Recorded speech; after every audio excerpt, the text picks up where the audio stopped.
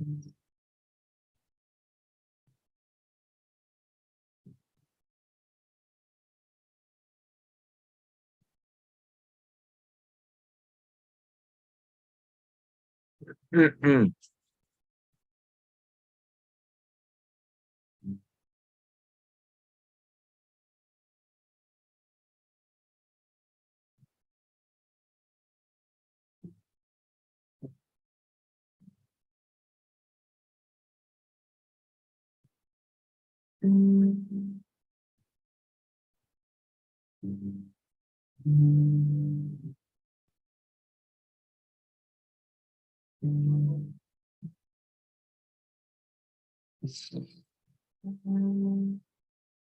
Mm.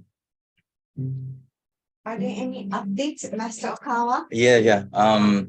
Mm, Actually, about his physical condition, no updated, but um, I'm sure his body is now preserved in his Taigokan, his his home. I mean, after maybe his body was moved out from the hospital. Oh, it Yeah. was.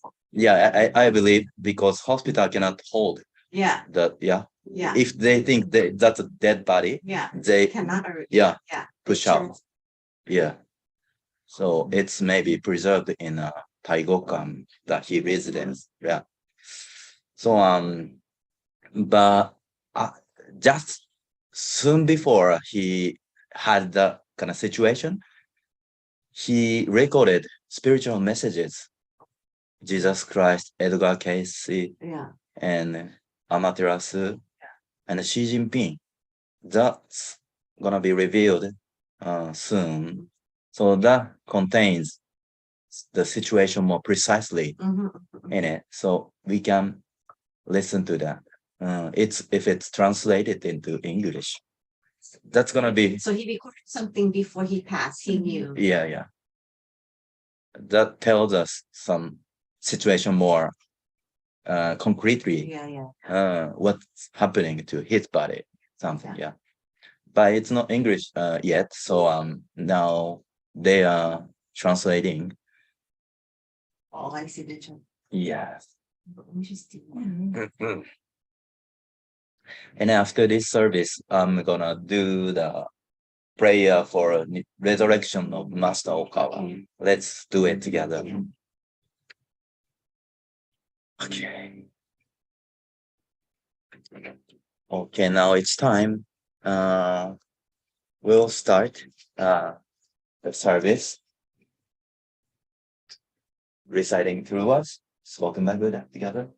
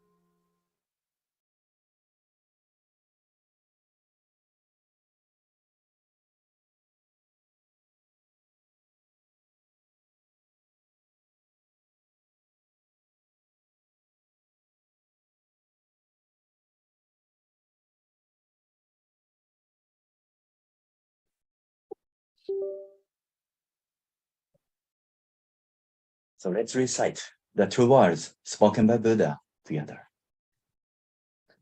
The true words spoken by Buddha, Ryuho Okawa. There used to be the light in the great universe. The light is the energy of Buddha. People can live by this energy, and Buddha's energy has made human history. It will be supplied eternally. This eternal light comes from heaven and prevails on earth. This is the light of heaven. Through the prism of Buddha, there appear the seven colors of rainbow, arching over in the sky. Here you can see Buddha's mercy. Yellow is the color of teaching. White is the color of saving. Red is the color of justice. Purple is the color of obedience. Blue is the color of thinking. Green is the color of harmony. Silver is the color of progress. These seven colors help each other, and there appears Buddha land. Buddha land is shining brightly because of gathering of bodhisattvas. This is the land of love or the land of mercy. This is the land of wisdom or the land of teaching.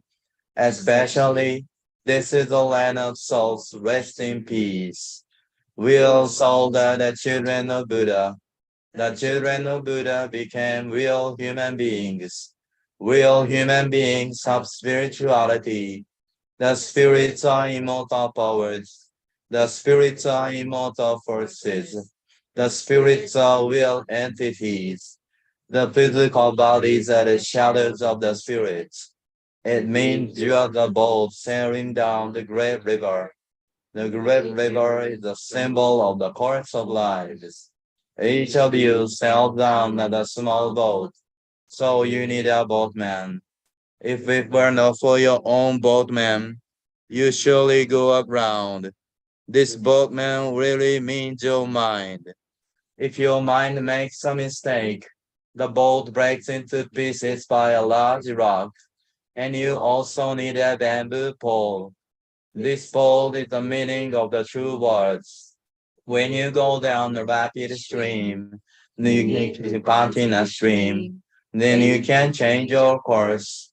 The true words means the teaching of Buddha. Buddha enlightened and spoke the true words, and Buddha's teaching became a gold mine. This gold mine suggests various teachings.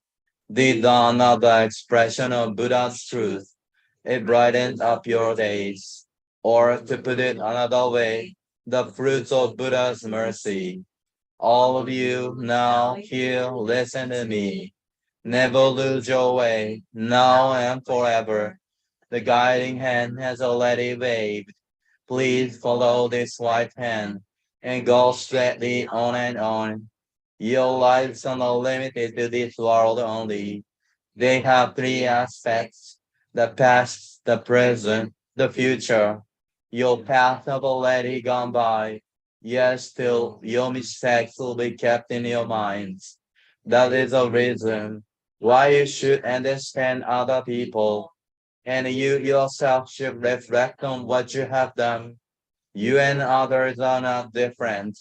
On the contrary, both are children of Buddha and brothers and sisters. Now then, love each other. Let us bring up each other, and it's time to forgive each other.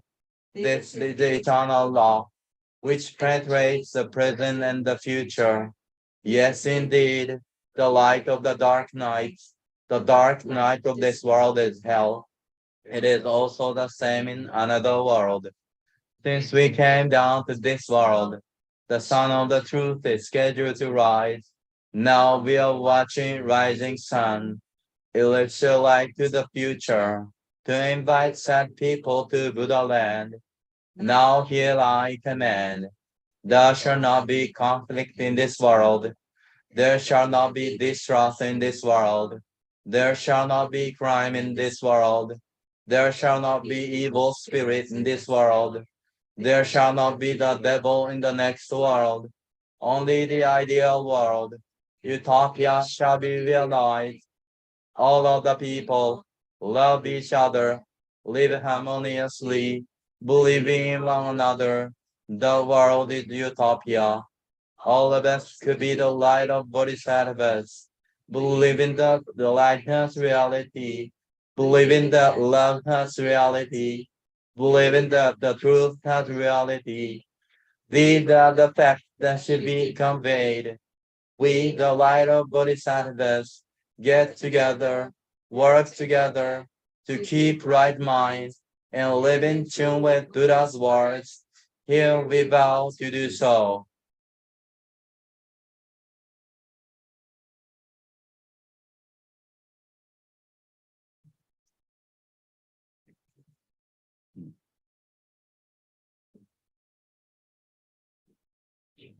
Thank you for joining, everyone.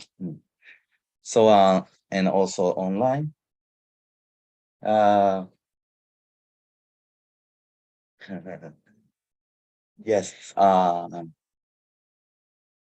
So I need to begin with the how to accept, right? Mm. Uh, in my conclusion so far, uh, we just accept as our resurrection, not only pray for his resurrection, because yeah, actually maybe you understand this is happening for some meanings. Yeah. Exactly. So he always telling us the law of cause and effect. If we change our mind, the outer world is changing too. So that's a cause and effect, right? But in this situation, the cause that attacked him was try to change other people, not to change her mind, right? So I mean a daughter.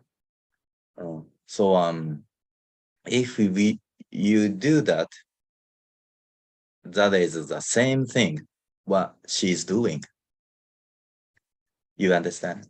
It's online, so I say it's very vaguely, but you can understand it. The daughter tried to change his way, uh, his teaching. Okay, that was not suitable to her because it's pointing out her weakness, the point where she needs to change, and then she cannot accept it. So then she tried to change his teaching. But his intention was not only for her, but the humankind. Yeah, Japanese people are all tend to be like a monster right now. It's taken over from the ancient time. That's the culture of Japan. And also here in this country, we can see the politicians are all same tendency, right? They are deceiving people for their own sake, bribing, taking money from others, and then for the votes, scattering money. That's all fake and false doings. So the master's law is saving all humankind now. But especially he picked one example and then tried to show that that's one kind of mercy to her and also human being, right? But I can see easily it's struggling to accept, to be pointed out, the weakness in the mind. And then the spirit, I mean, her spirit is very vast and strong, stronger than any other spirit so far, because it has a spirit power. Actually, it resides in an eighth dimensional world, just before the world of Savior. And it also has the real part of her soul.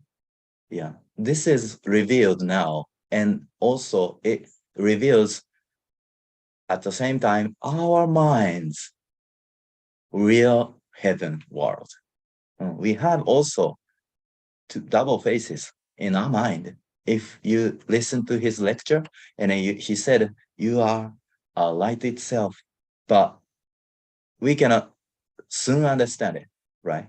So we put it in gray, not white, not black, but gray. The gray part is real part of heaven. So it's in all humans' mind. It's natural. So now we are learning about this point. Then we need to think that's not her problem, but our problem. Yeah. And then I need to say we need to resurrect ourselves first. And we can bring out his resurrection next. That's gonna be our attitude to take right now.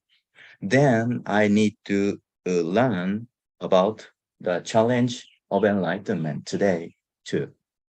That's gonna be very best situation to learn about the law of cause and effect. Part 3, this book is telling you about the laws of cause and effect through whole chapters. And you grasp the entity of the cause and effect through this book. So today I'm reviewing last time to continue to chapter 2 today. So from chapter 1 to chapter 2, I'm gonna do today. Let's learn about it. So today I picked the subject of last time, the spirit of Buddhism. It's condensed by the words, the law of cause and effect. The law of cause and effect. That is a first half. And the latter half will be today's chapter 2. That's gonna be six delusions, yeah. That's so connected. That's all the work of our mind by nature, right?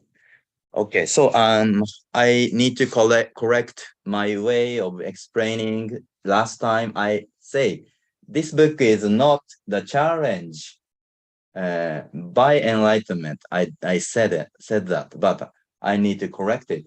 That not this book is not the challenge for enlightenment. Yeah, this is a challenge of enlightenment. Yeah, that's script here. This book is by no means about the challenge of attaining enlightenment, but rather is an attempt to answer questions about the possibilities that enlightenment represents in today's world. Hence, can Buddha's enlightenment be brought back to life in these times to cast light on the future? Is Buddha's law worthy of the title eternal law? Right? This is challenge of enlightenment. Yeah. So this is not the challenge for enlightenment. Yeah. Challenge for enlightenment is our work, but the master's work, he is enlightenment itself. He's challenging as enlightenment to the society and the future world. So that was taught in 2,600 years ago. But is it still alive or not? Is it eternal law to cast light for the future world, even though it's taught in 2,600 years ago? That's the theme today, right?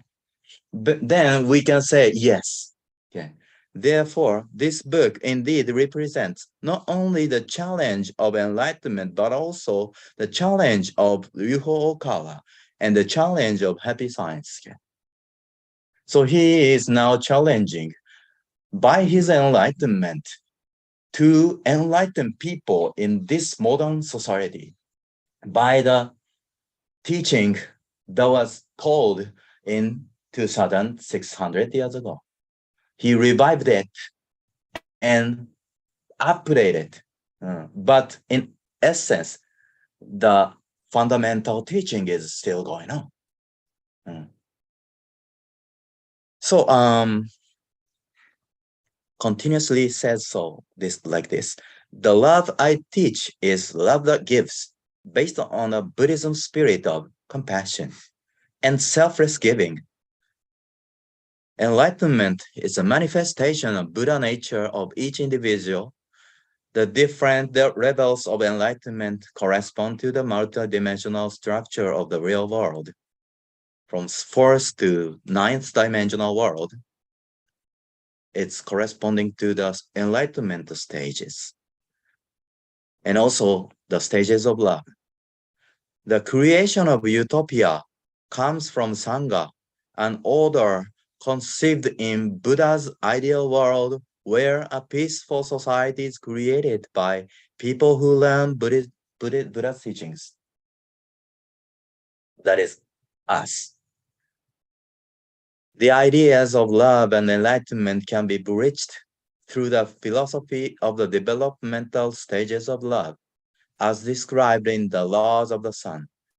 This philosophy unites the civilizations of the West and East. These ideas will become the spiritual pillars for creating a new civilization, an ideal world on a global scale. In this way, the three concepts of love, enlightenment, and the creation of utopia will come together to achieve the ideal of Buddha. Okay, and yeah, now we are uniting together both West and East. That's based on West by the concept of love in Christianity. The East, the concept of enlightenment in Buddhism. That's we are now combining. And then Buddhism shows the law of cause and effect in that spirit. Then your spiritual background can understand it, but this educational system told you you are maybe within a history of 2,000 years. So I think you are contained by the narrowed history in our educational background. So you are going back, farther back for 2,600 years ago today and grasp what's taught in Buddhism. That's gonna be awakened to your soul of Buddhist. Okay, then you can understand the Eastern way very well, together with the Western way of Christianity together. That's what we aim at today. So today's chapter 2, freeing yourself from ignorance. Yeah. And then the concepts of this book is very continuing chapter by chapter that I show you. Today we are freeing yourself from ignorance. And then last time we learned about what is the spirit of Buddhism. Then chapter 3, the Four Noble Truths.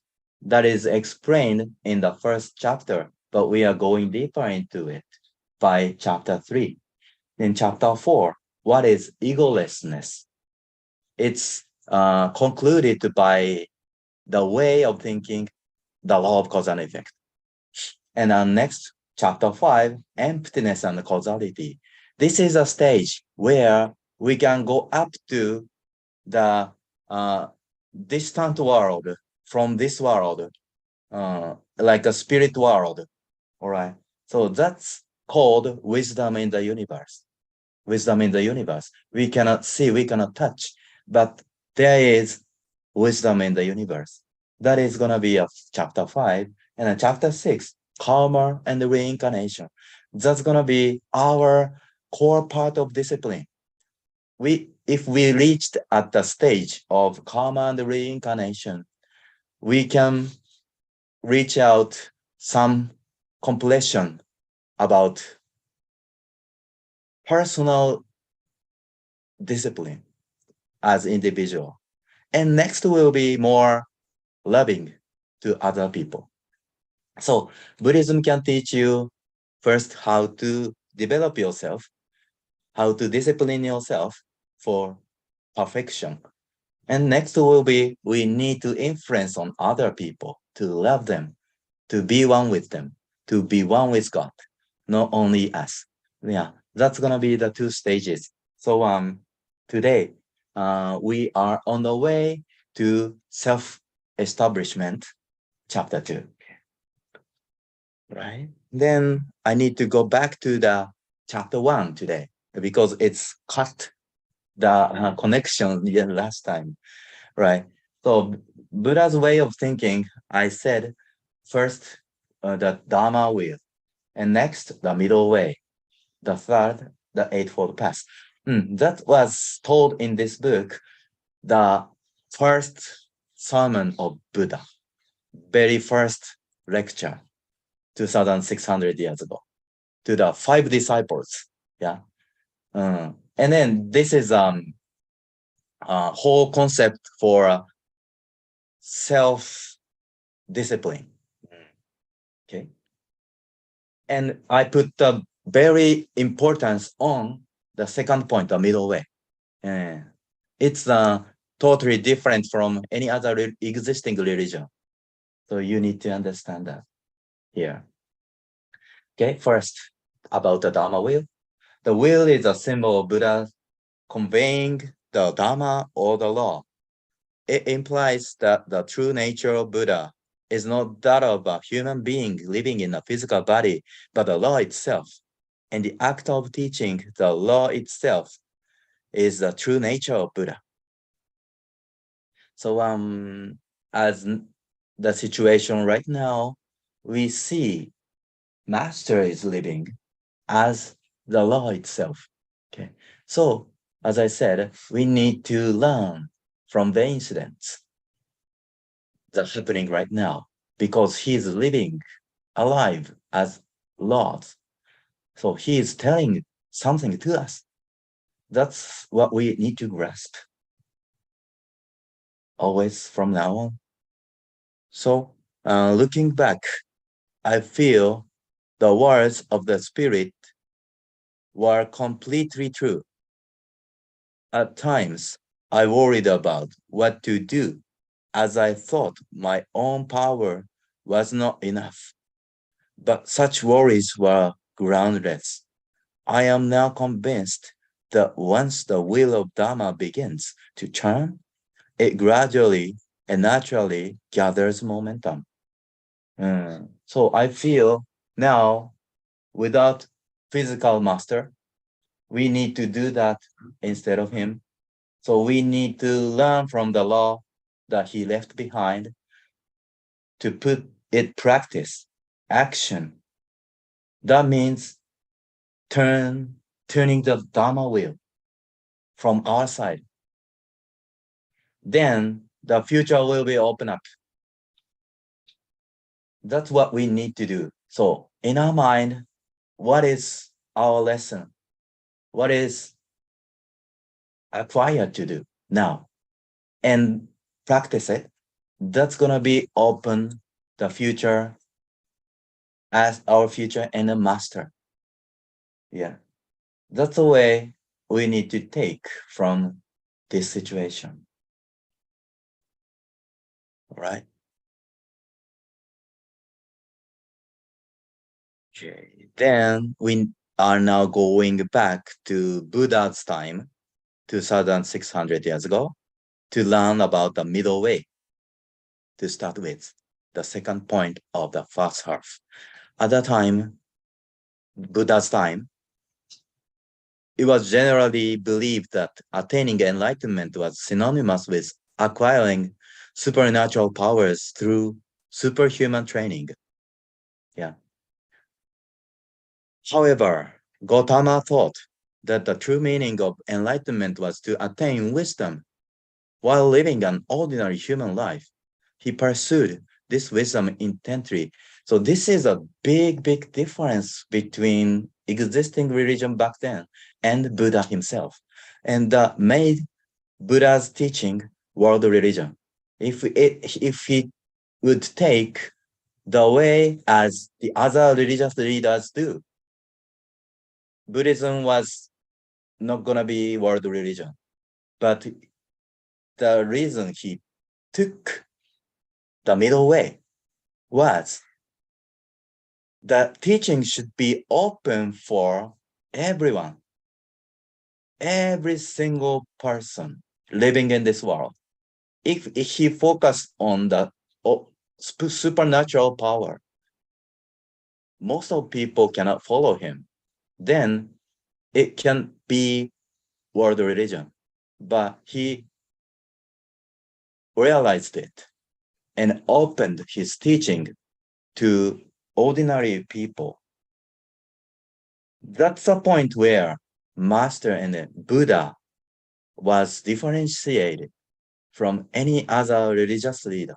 Maybe I believe right now there are many religious leaders that focus on a supernatural power. Then they get popularity, but I feel it's not gonna everlasting. So he took this ordinary middle way. That means we need to learn wisdom in our daily life, one by one.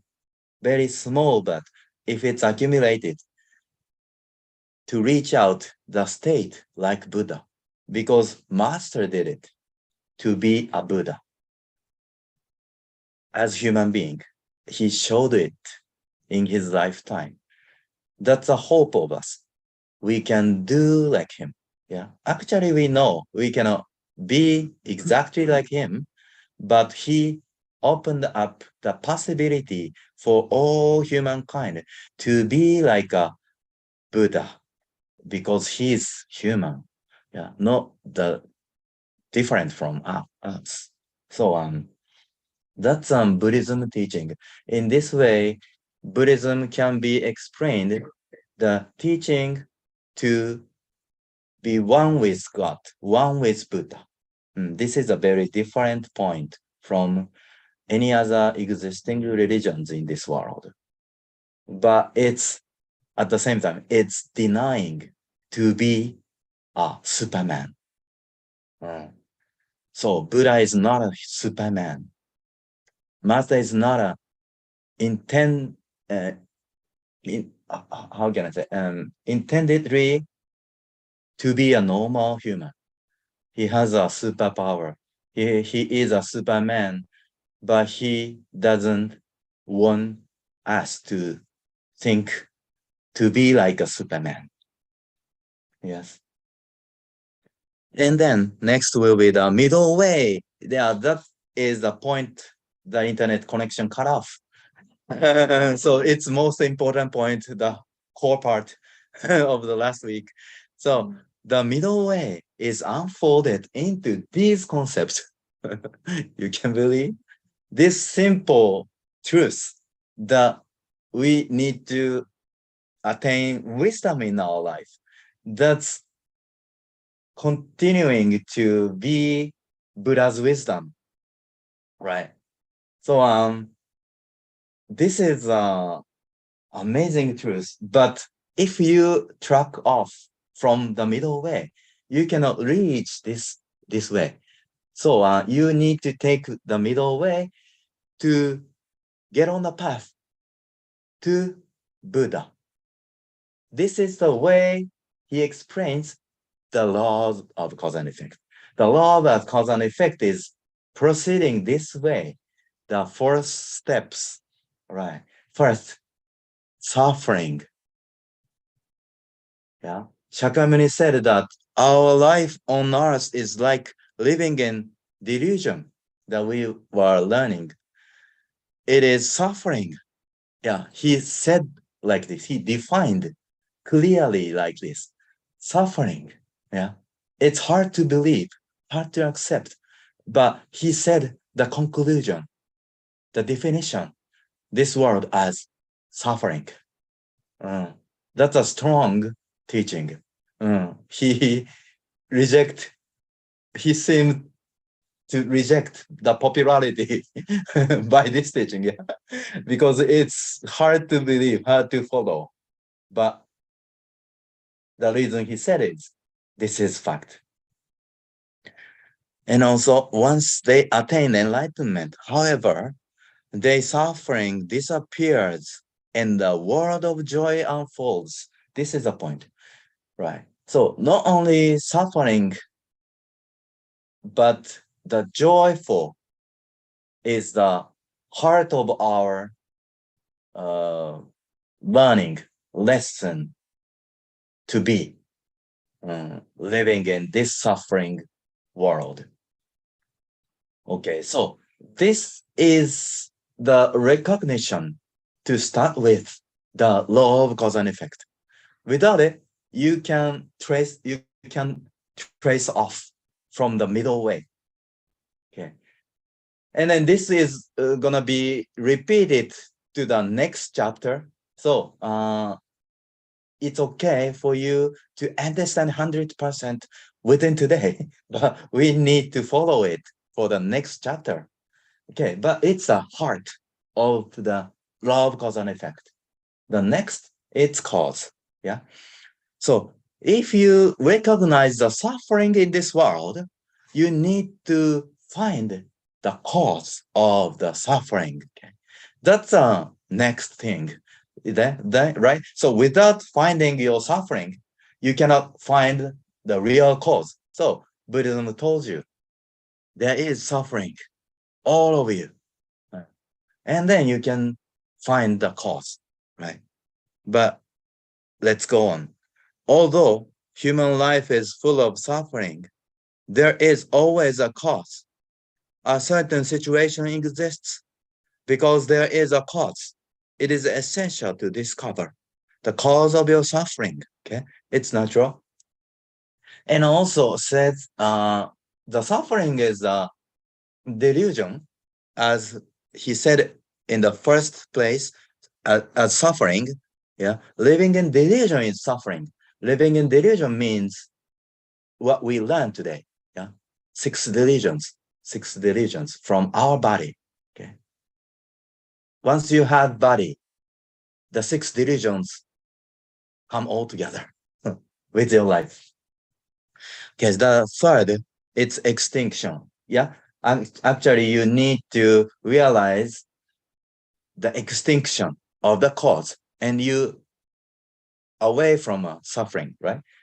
It means to visualize a state in which your suffering has been eliminated or to have the determination to eliminate the suffering. These state of mind should be coming the third point. Yes. And we learn about it more and more later. I think it's gonna be a little bit abstract concept. Yeah, actually it's connected to the Eightfold Path later. All right. I can say in the Eightfold Path, at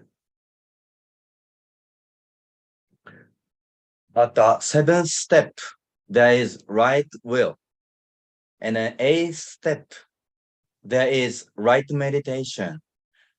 Those of work of mind, the final stage of Eightfold Path, from right view, right speech, right thought, right action, and right living, right efforts, then right will and right meditation. The last step will be its extinction. You can imagine that you are in heaven no physical body. The joy is there, only there in the heavenly world. No delusion, no greed, no anger, no foolishness. Yeah. That's a state where we were in the heavenly world. We imagine it in the third step, it's extinction. Yeah. So we can do it in the Eightfold Path. But you can memorize these steps. Yeah. We are moving on these steps if you attain enlightenment in your daily life. Always. Yeah. Always on this path. Okay. The fourth, the path, it means the Eightfold Path. Okay. So how will you recover from your ill state? The answer is the truth of the path, the last of the Four Noble Truths, which indicates the right direction. This path is the famous Eightfold Path that was taught by Buddha Shakyamuni. And the last is the Eightfold Path. Practice the 8 signposts pointing the way. Then you'll be able to correct yourself. The Eightfold Path leads to the middle way and allows you to develop yourself from the middle way. And here you can see the middle means right, righteousness. So middle means more deeper than the first time we learned the middle. Middle means not too much strict, but not too much indulged. Yeah. So that's a middle way. And then if you think about a lute that makes sound by the strings that's loosened too much, the sound is not good. But if you tighten it too much, the strings are cut. So you need to tuning the middle way. The lute is sounding good. That's the first explanation of the middle way. But at last of the stage of the Eightfold Path, you can learn in the middle way, you are seeking for the righteousness. So as I said, showed, you can see this, the Eightfold Path. Yeah. From 8 angles, you can see Buddha's heart. But there is a steps. You need to start first from the right view. Yeah. And the right, the order is sometimes different, but right thought, right speech, right action, right living, right effort, right will, and the right meditation. These are showing the way of Buddha's thinking way. Yeah. That's called middle way.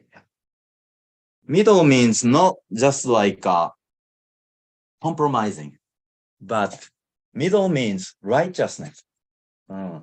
The center way to Lord Kantare. Center way in this universe to God. Yeah. If you trace off, you will be suffering. So you need to come back on the track of the middle way that shows you to the way of Buddha, eternal perfection. Okay. All right. That's a concept the last week. All right. And then we learned about the example from Donna, right? So before that, maybe you can understand well listening to the testimony. Before that, let's contemplate first. To put it simply, you need to find one core reason that you are suffering right now. You can narrow it down to one core cause that you're suffering right now. The suffering means your spiritual suffering, not the physical one, not the pain, not a wound, but wound in your mind, suffering in your mind, suffering spiritually. That's gonna be the core cause, okay? The heart of the problem, right? That you have. So let's make it a one this time together to practice.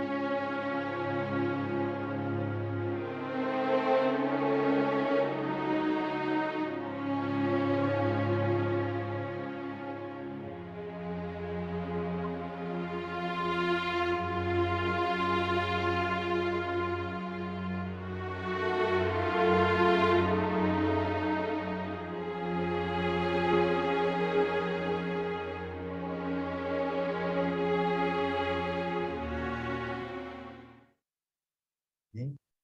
And your contemplation. So for your preference, how we can learn from Donna's testimony, how we can focus on one core suffering. So she found her suffering in this life as the fear to approach people from birth. So she this time overcame it to have a ritual over there, to have a retreat, and then she gave us a testimony. Right. Then she goes back to the past life, the experience of persecution as Christian in her past life. She found that, and the cause disappeared. Her fear disappeared. That's that testimony. Let's listen to that. Okay. I want to discuss or talk about one of the reasons that I've come to the Hawaii Shoja. They were presenting a retreat for the North American members, and I, of course, wanted to attend, as I have a couple of times before. But I also had a specific reason that, for me personally, to deal with. Before Happy Science, I believed in reincarnation and I knew what karma was, but I have always suffered from being shy, being extremely shy from very early on age. As far back as I can remember, I was always shy and afraid of people. And I tried to overcome that throughout my years in college. I took a public speaking course, and I've always tried to put myself out there to be able to speak to people, but I found ways to be able to cope with that, but not really solve that. If I go into a room early and I meet people one-on-one, then I can communicate with them. But if I have to go into a large crowd or call people, cold calling, that sort of thing, then I just get very anxious and paranoid, and I'm just totally paralyzed. I can't do that. So with finding Happy Science and the teachings that taught me that my past life is, the karma is coming in from my past life into this life. If I didn't solve something in the past life, then it is brought with me into this life. And also our tendencies are brought from past lives to this life. So it makes sense, it's your mind, so your mind is going to continue with you no matter what experience you're in. So when I realized that, then I contemplated on who I was in a past life. So the thought came to me, well, I'm not much different than the past life than I am here. So I was still a spiritual person, but that meant then I was probably trying to tell the truths that I knew of back then, but people were not listening to me and probably persecuted me because of what I was trying to relay to them. So that helped me a little bit, but I still felt in my core I still couldn't do proper missionary work with calling members and so on and so forth to try and do Dendo. So when I had the opportunity to come back to Happy Science Hawaii, I asked our minister if there was a special ritual prayer or seminar that I could take to help me overcome this situation that I've been dragging with me all this time. And she suggested the ritual prayer for forgiving your sins. And that was exactly what I wanted. I wanted, even before Happy Science, I knew about the workbook and I wanted to clear everything out of my workbook and be successful in this lifetime, so that the next lifetime I can be a better disciple, I can be more useful, I won't have to deal with these huge personal issues. I can just get straight to Master's business and move on from there.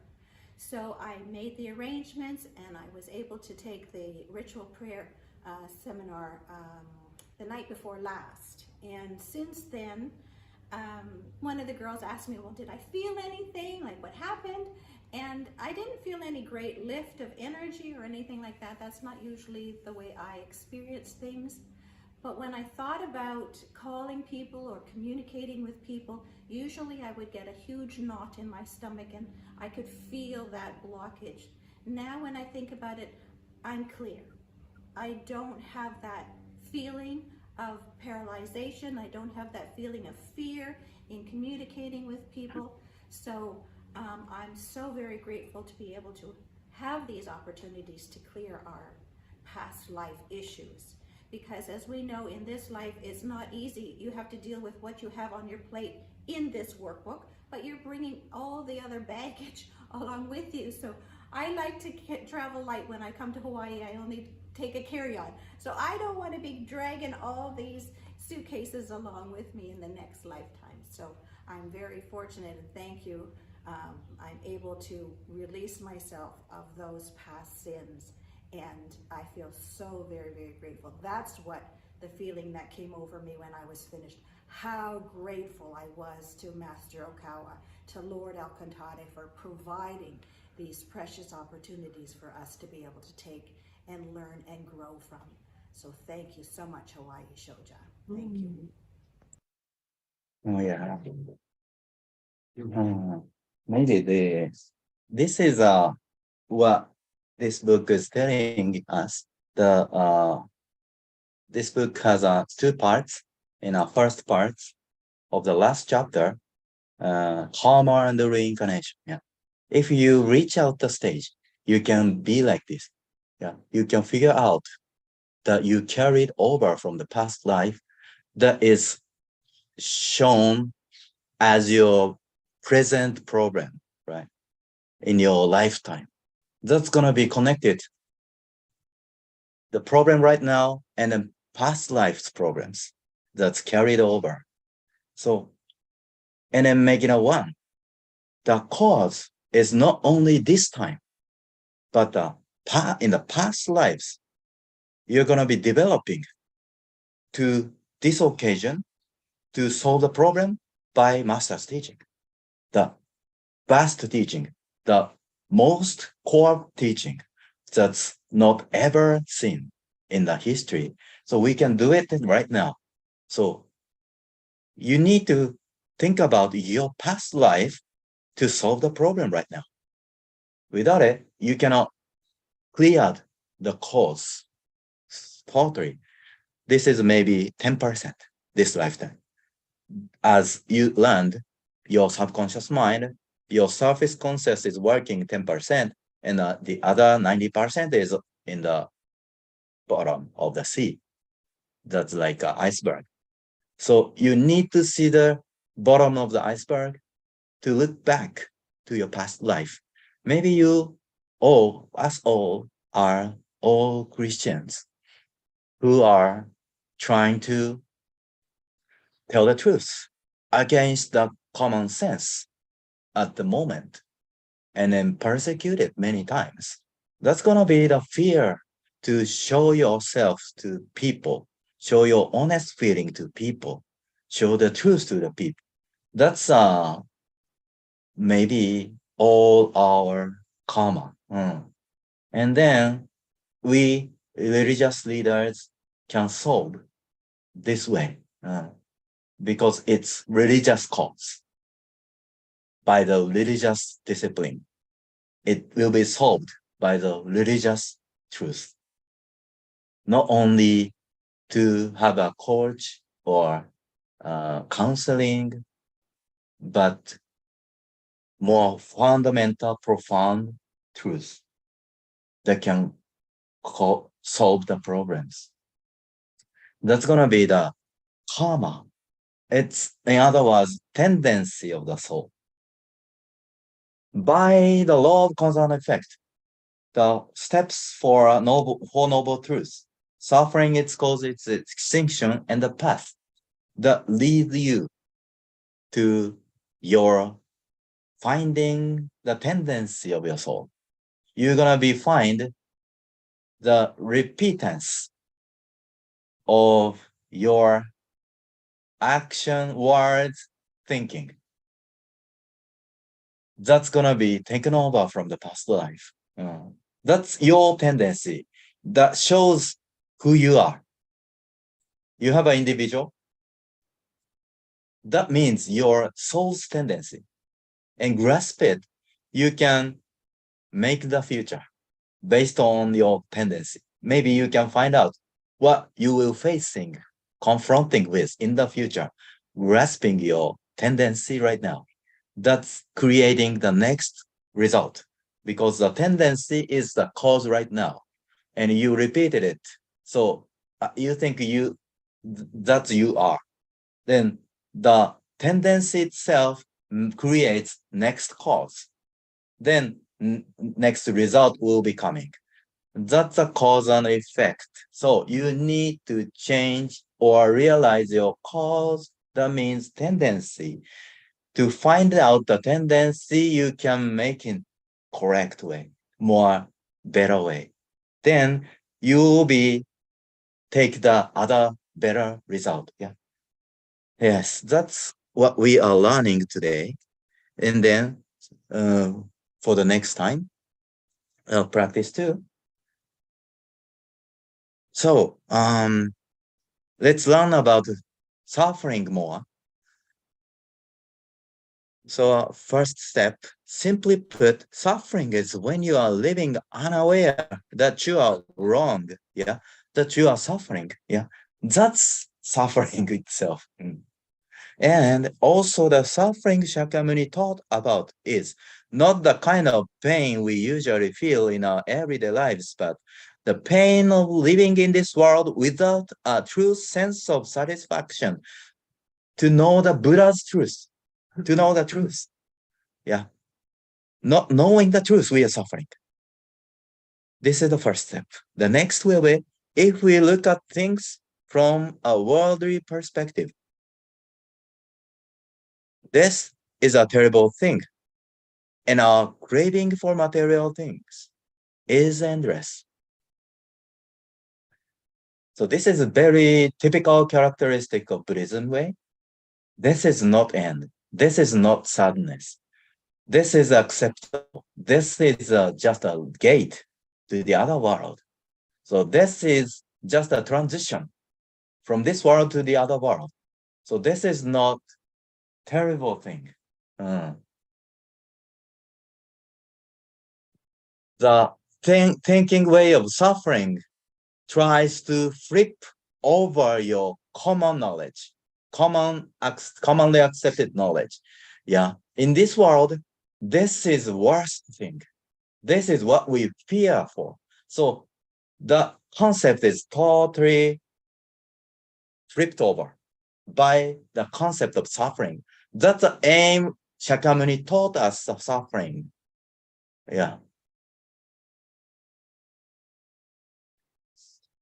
We want to do everything we desire before we die, but our desires are not necessarily fulfilled, so we struggle. By observing those situations, it seems that suffering includes feelings of dissatisfaction, unease, and sorrow in this life that we are living spiritually. So it's endless. If you focus on your life in this world is everything, yeah, the suffering is eternally happening. But you cut the cause to think this world is everything. You can remove yourself from the suffering. Yes. This is structure. This is structure, yeah. It's kind of reasonable, right? Reasonable, but difficult to accept, difficult to understand 100% fully. Then we need to be knowing about more teaching to the end of this book about, as I show you later, Panya Paramita. Panya Paramita means the wisdom in the heaven. The vast treasure of wisdom in heaven is connected to us. That is equal to Buddha himself. And that is sleeping right now. If you awaken to your spiritual self, the vast universe of the wisdom comes in. That's called Panya Paramita in the Buddhism term. That's infinite wisdom. The purpose of this life is attaining this wisdom called Panya Paramita. That's sometimes called emptiness, sometimes called vain, sometimes called the law of cause and effect. Because this world is not true world, real world. It's emptiness, it's vain. But the law of cause and effect is shaping the form of this world. Trees, ocean, sky, sun, the earth, all the things are created by the law of cause and effect. Okay, that's all corrected by the chain of the lives. Okay, plankton, fish eat it, and then animals feed it, and then we eat it. So that just a chain reaction. That's called cause and effect, law of causality. So we can see invisible things this way. If you see the law itself as God himself, you can see the emptiness of vain, the panya paramita, wisdom. Okay. The invisible wisdom is ultimate purpose to attain in this lifetime. Okay. Then the third step in this three-dimensional world of matter, people are apt to make mistakes, and it is hard for them to gain the right view of life. Right view of life is like what I said, vain, emptiness, and the law of cause and effect governs this universe. The everything stems from God's light, invisible light, through the sunlight. Without sunlight, we cannot live. As the same as the sunlight, God is existing spiritually. All the souls came from God, our soul and the universe too. That's the spiritual view of life, the true life, light view. For this reason, Shakyamuni said, before you awaken to the truth, it is as if you are swimming in the sea of suffering. Yeah, you can see this gradually. This is the truth of life. So without knowing this truth, without knowing this world is only temporary and not enough, including the other world, our true perspective is completed. Without it, we are swimming like a sea of suffering. This is the meaning of the suffering. So first, suffering is most important to understand. Without it, you cannot find out the true cause.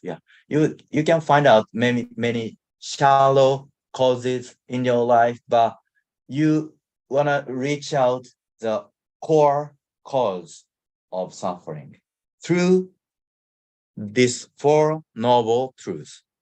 Right. So let's contemplate it for a while.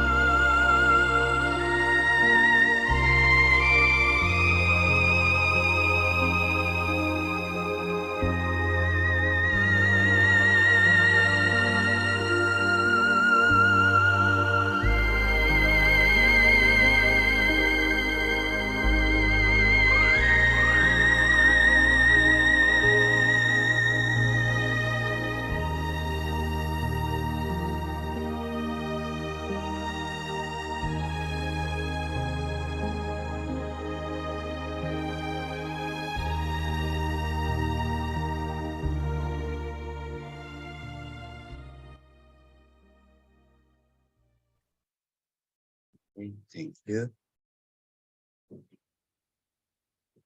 So I wanna hear from you so far. If you want, say something. I don't force you. If you want, say something. So far, how did you get? If you want to say, you don't want to say. I think you can say something, right?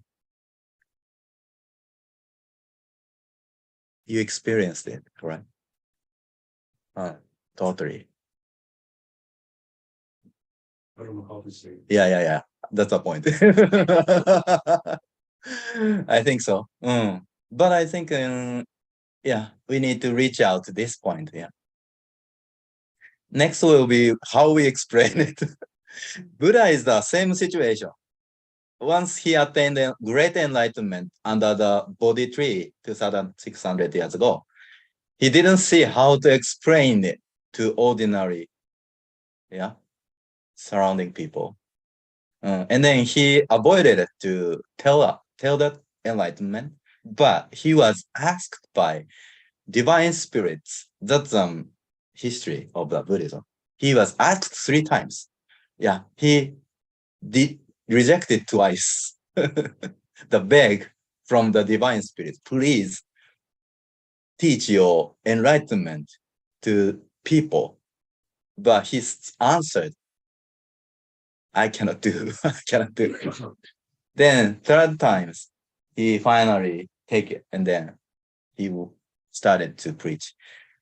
Yeah. But anyway, yeah, we need to grasp the concept first, and then making a practice it to our life. Then we can adjust it, apply it for other people's life. When you practice and solve your problem in your life, you can apply it. Still, the gap between us and others, so the adjustment or appliance is sometimes difficult because we are limited by our experience, so we cannot see their mind totally.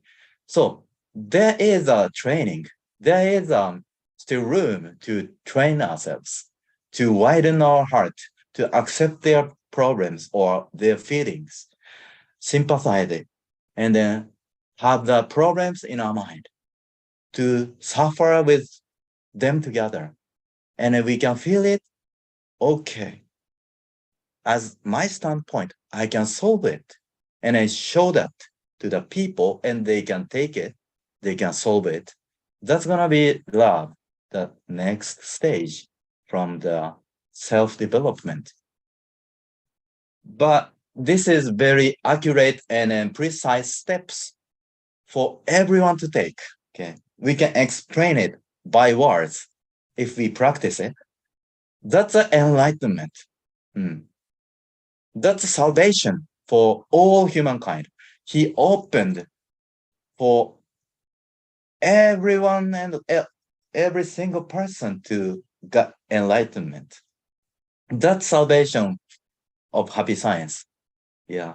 If you are getting 4th grade of elementary school, you can read it because my son is reading it. Yeah. So everyone after 10 years old can attain enlightenment by the truth this time. This is what is not happening in history. This is everlasting truth, the master teaching it us. This is a miracle. Yeah. So this is our ideal to convey the truth. And okay, so let's go further to the chapter 2. Sorry, I finished the time, but I want to finish just a short time than the first half. The 5 poisons of the mind. Now it's called 5 poisons plus wrong view.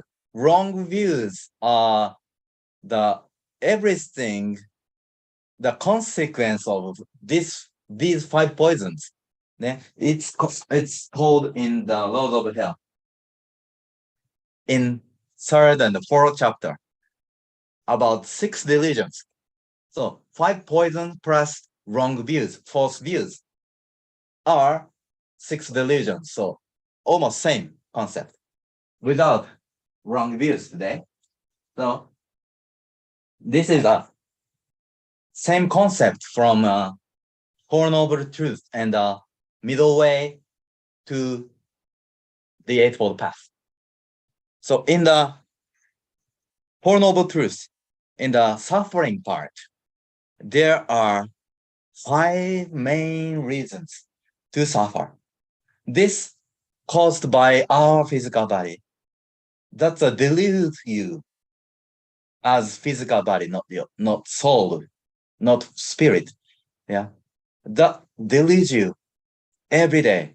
You wake up from that moment. You are deluded by your physical body.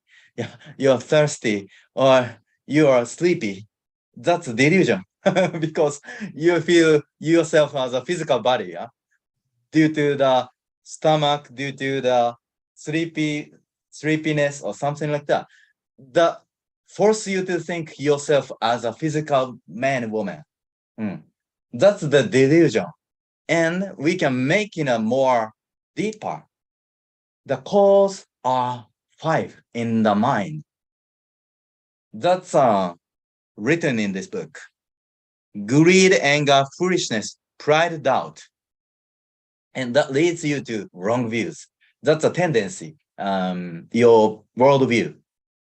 Due to 5 poisons, your worldview perspective is going wrong. And it's made a tendency. So first, greed. In short, greed is love that takes, opposite side from love that gives, that master taught. It is quite hard to see whether your own desires and wishes are more than what you deserve. But it is very obvious to see that in another person, yeah, you can see others greedy, but you cannot see yourself greedy. Not so easily. But other one might see you greedy, even though you don't see yourself greedy. Very different standpoint. But I think others are correct because we cannot see ourselves so much. That's a problem of human life.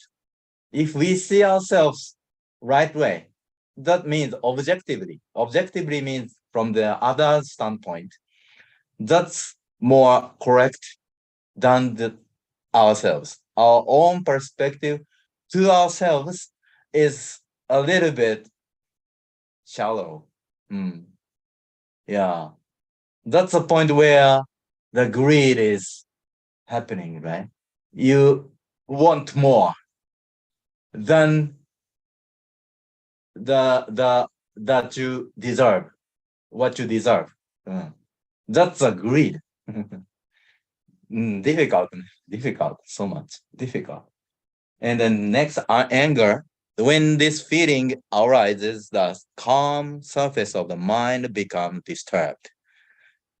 But if you are able to control your anger, your mind will always be calm and serene to take on spiritual discipline. So without anger, you can discipline yourself. But once you have anger in your mind, your discipline is stopped.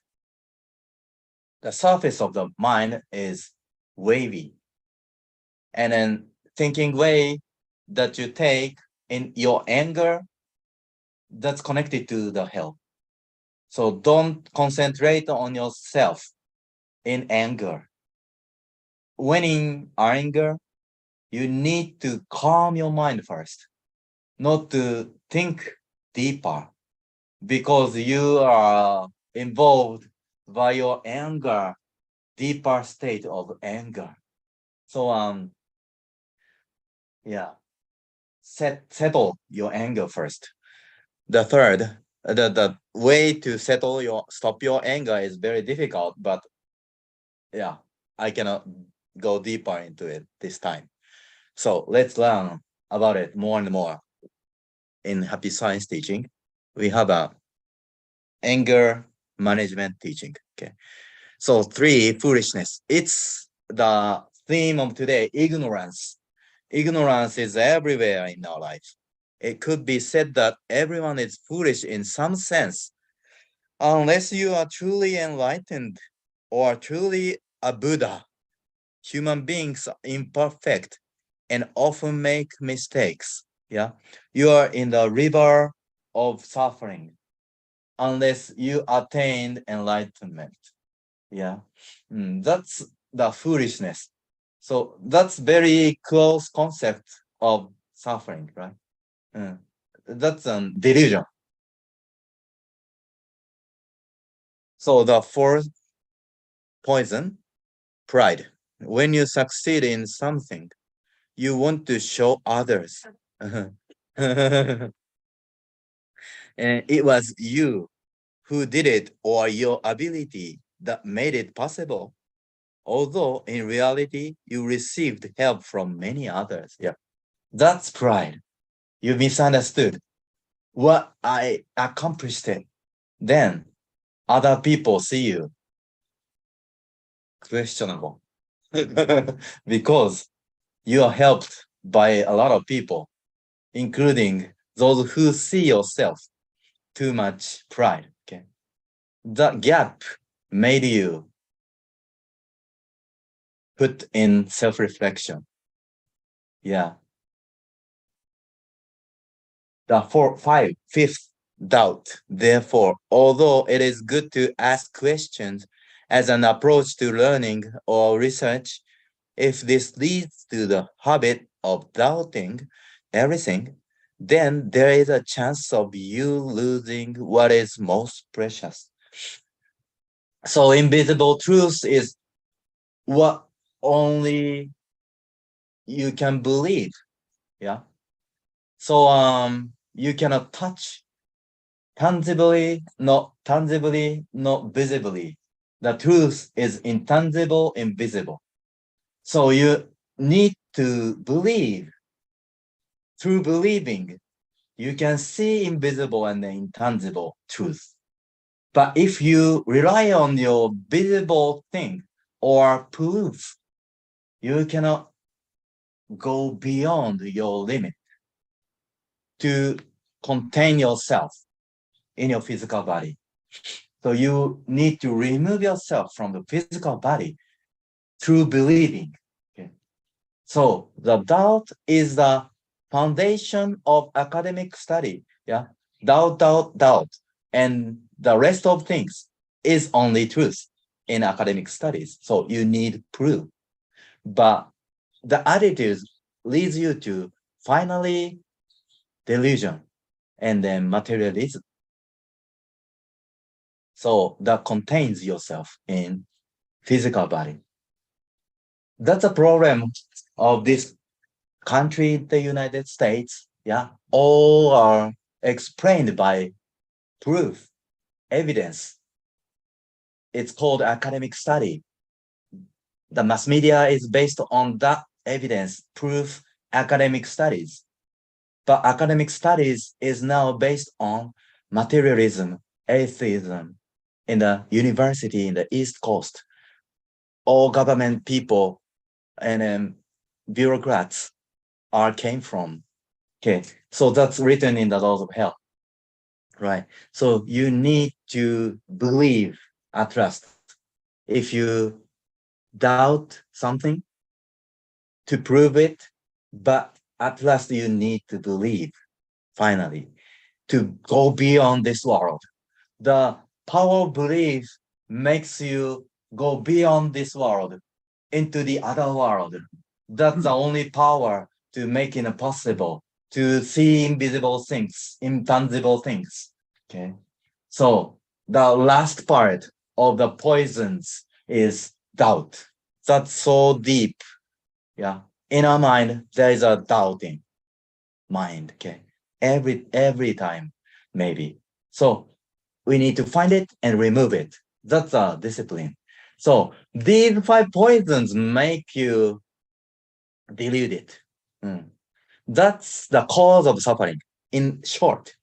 So you need to remember these steps. Suffering caused by these 5 poisons, you need to recognize, and you need to find and these poisons in your mind, you remove it, the extinction.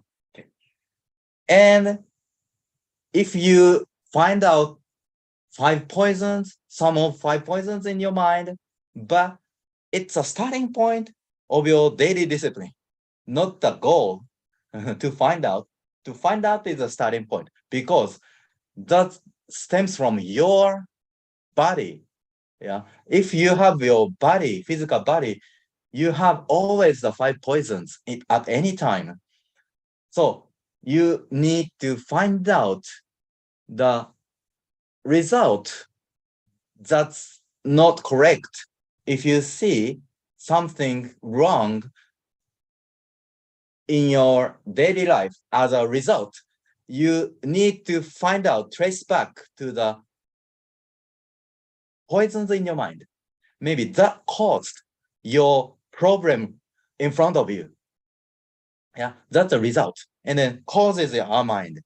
So you need to check these 5 poisons in your mind. That's called self-reflection. So don't blame yourself too much. Don't condemn yourself too much. Just find false self. That's your wrong perspective. As you see your physical body, but you are light, you are soul, you are spirit, not physical body. So you don't see yourself as the physical person, right? Then you can remove these 5 poisons, thinking these 5 poisons, not yourself, not your true self, right?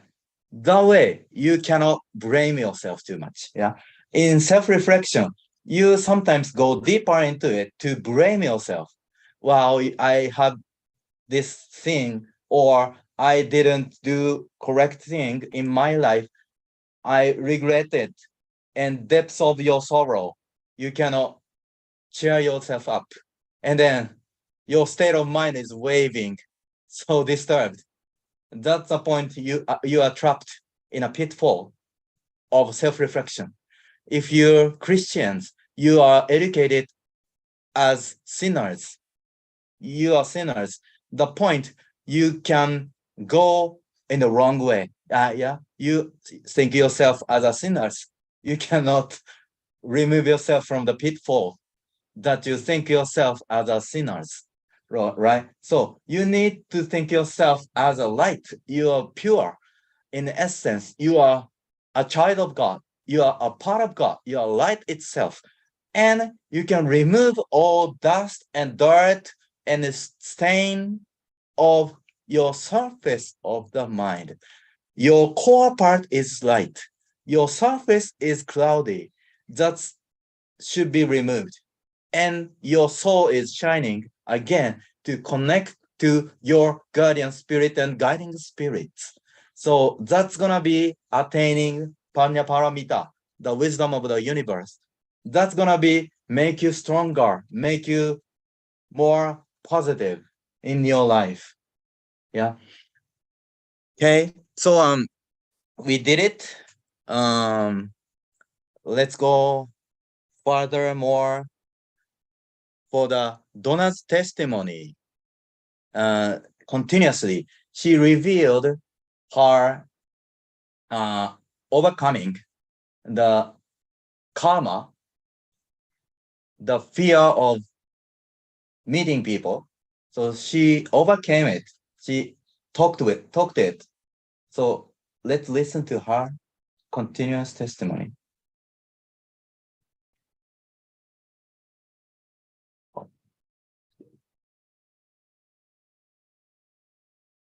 Sorry, what is happening?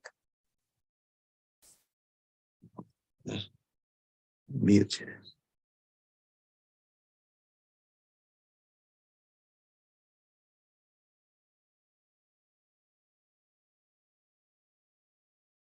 Sorry.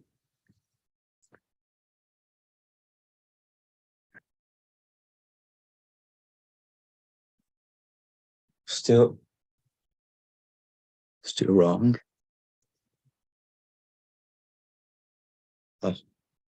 0%. Right? Maybe broadcasting is not succeeded, I think.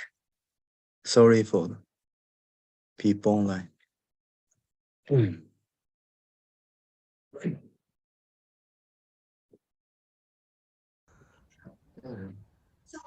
Yeah.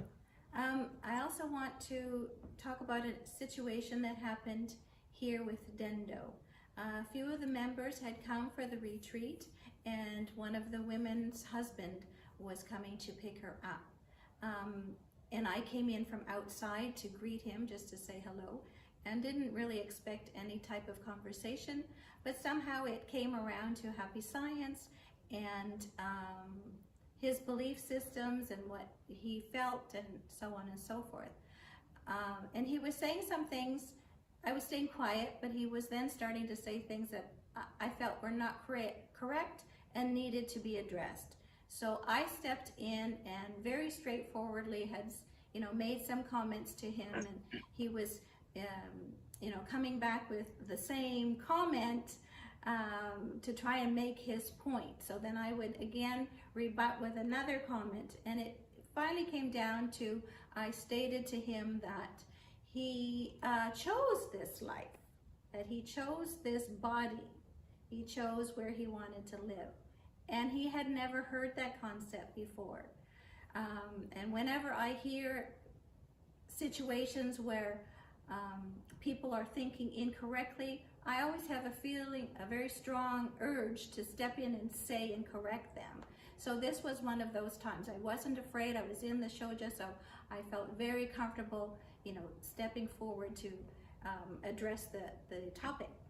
And when he heard that he chose that, it just kind of hit him. He had never heard that concept before, and he didn't understand how he would have chosen the body and the life that he led, because he grew up very poor and was very difficult childhood.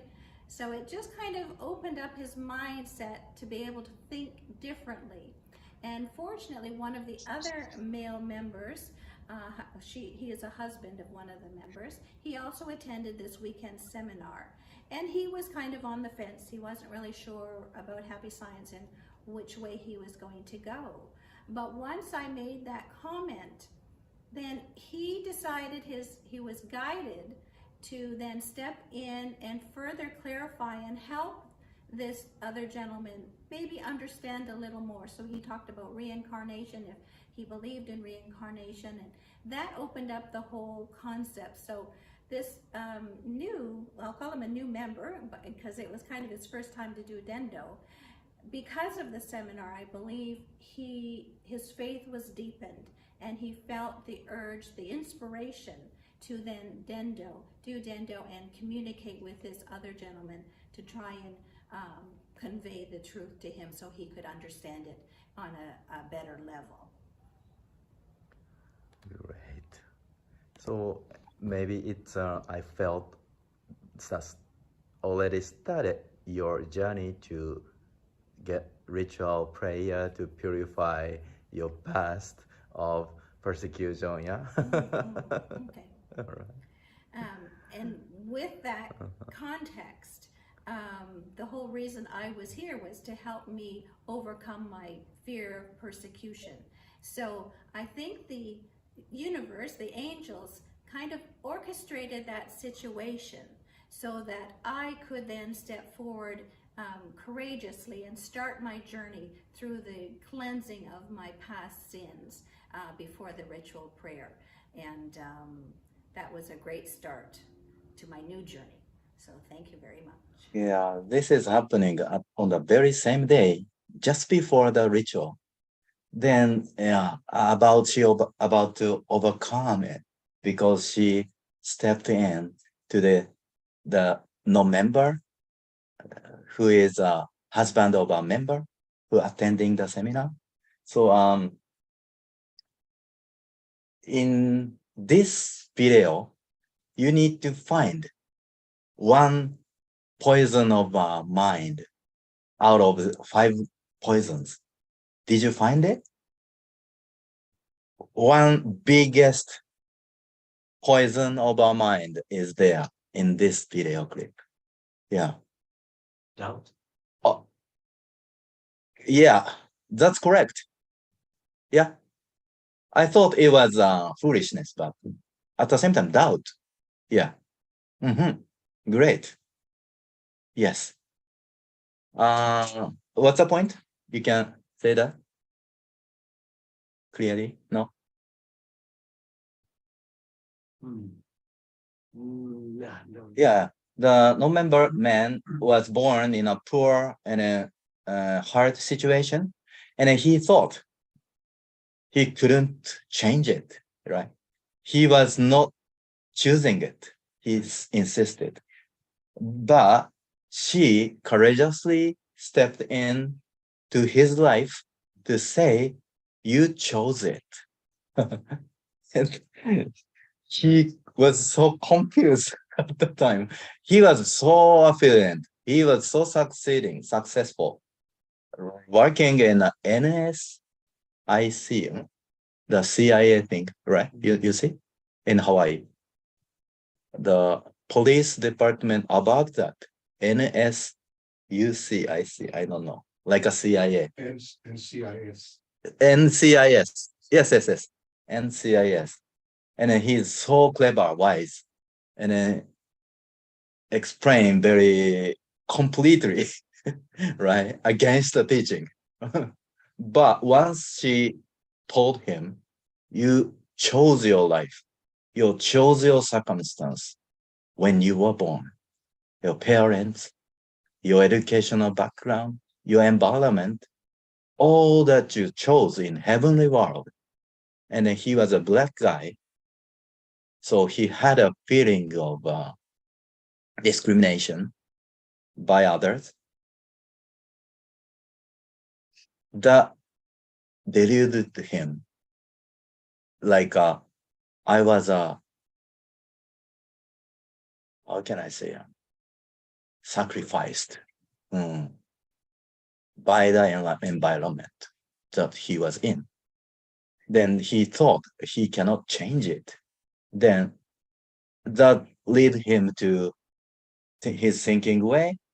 So if they are criminals, they have a reason, so they can be justified in his job. Is it correct? We cannot allow the criminals, no, how can I say, if they have reasons, but the crime shouldn't be permitted, right? But in his position, he thinks that way because of his life, right? I was in a undealing situation, and then that's inevitable. So there are certain people like me like that. Yeah. Then he chose a way to think that criminals can be sometimes permitted. There's no justice there. But he think it's justice. So if you cannot see, you are living in the suffering, in the sea of suffering, you cannot think, yeah, in a right way. Yeah, you chose your environment to be born from the heavenly world. So all things that are unfolding in your lifetime is your responsibility, our 100% responsibility to deal with whatever it is. It's hard, but it's fact. And accepting it, we can take responsibility to give love from there. Yeah. And then if you expand your responsibility, if Keith sometimes use the example, if you are a good mayor of the city of Honolulu, if you find out one criminal, one crime, you cannot ignore, you cannot neglect. You can feel something to do with it. Yeah, that's responsibility in the other word, love. You can expand your love. You can expand your responsibility. You can exchange the responsibility into love. So if you feel anything in this world, you can love it, love it. Yeah. So if you feel you are happy now, but you can see unhappiness in this world, that will be love for you, love of you, for the people in the suffering in this world. So if you see the suffering in this world of others, the suffering is unstoppable and limitless. So yeah, in this sense, you can see this world suffering. Right. Then here you can be the stage of love beyond yourself, beyond your discipline, your self-development, but you can go into the world of love. So that's next step. Then our discipline of our individual is limitless. So this way, the law of cause and effect, we are deepening our mind to solve our problems, suffering, cause of suffering, and apply it to others. And the ability to solve your problem leads you to solve the others' problems. That's called love. That's called responsibility. And then you can start with 100% responsibility by the spiritual fact that you chose your life, you chose your parents, you chose your environment. Yeah. It's sometimes hard to listen to for some people, but it's gonna be salvation if it's happening in a certain occasion like her. Right. Then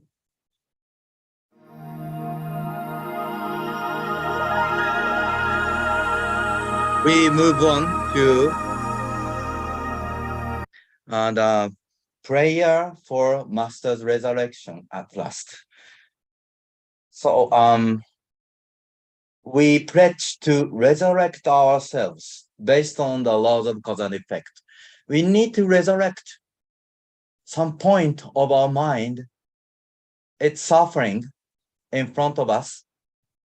If you find out the cause of your suffering, let's change your mind. Let's remove your poison of 5 poisons. So one of 5 poisons or some of 5 poisons in your mind. Let's find out to pray for his resurrection. His resurrection comes next to our resurrection. Okay. So I cut the connection of internet streaming service here. Thank you for attending. See you next week.